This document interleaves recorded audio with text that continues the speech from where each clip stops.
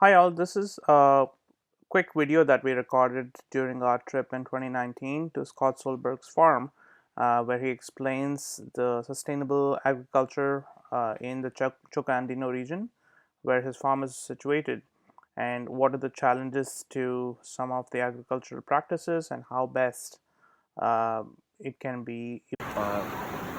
We're working with a lot of communities. We don't want to replace existing farms, or we don't want to do something that's apart and off on our own and isolated. I think how can we use this opportunity, these friends that had to sell their farm 3 years ago, and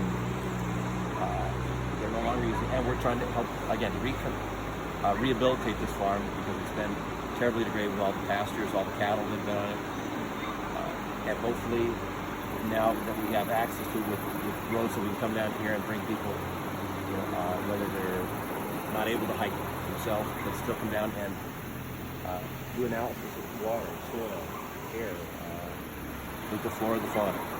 What else can we do to help show people that their existing farms can also be a motor to help increase biodiversity?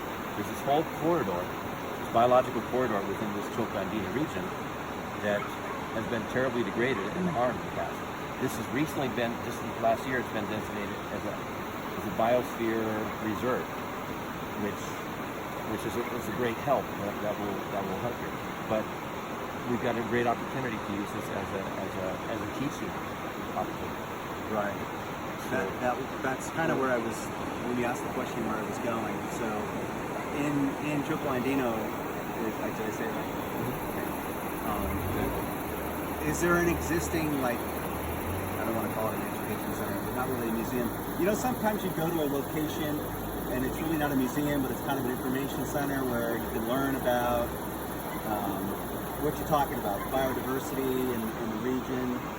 That people can come to get educated. Like they could just stop by and come in and check it out, right? Kind of deal. Is there any of that around the region? None that I'm aware of. There are several associations that would be supportive of that. It's almost like a tour, like when you go somewhere and they have a tourist office and you stop in and learn about the region. Interpretation center. What? Yeah, an interpretation center. Yeah. Visitor center. There is. Oh, that's something that we think we could do potentially here, and assist people to make better. Basically, we're helping people make better decisions. There's approximately 100,000 people living in this area. Many of them haven't had the benefits of a serious education in an academic environment, like a rigorous. Scott, is there a practice of coffee becoming monoculture here? Do you think there are some farms which are focusing solely on coffee, let's say, and how that might be harmful potentially? Definitely. No, the traditional farming practices that have been promoted often in the U.S. and gone out from there are monoculture. Mm-hmm. That can be very harmful, obviously, and because they're monoculture, they require much more aggressive agrochemical supports. Right. Yeah, there's a lot more pests that will attack. There's a lot more diseases and so you bring in more chemicals, and it's kind of a vicious cycle. One feeds off the other, and Sure. And I think a lot of the U.S. farming systems are heading down a path that's not sustainable. Right. And Thank you. more and more the pests develop resistance, Mm-hmm. and you're constantly developing new chemicals, and the number of people that get harmed and lose years off their life because of pesticides is Right. tremendous. And a lot of the huge companies that make lots of profit are trying to suppress that information as well. Mm-hmm.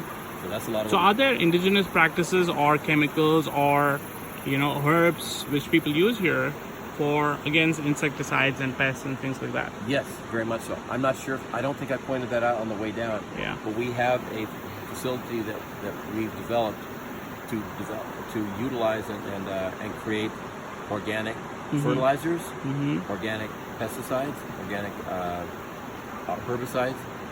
Because there is a place in this planet for the advances and these Sure. agrochemicals, Yeah. but we're using it 10 times more frequently than we should. Mm-hmm. And we should try to use it short term and then get off it as quickly as possible.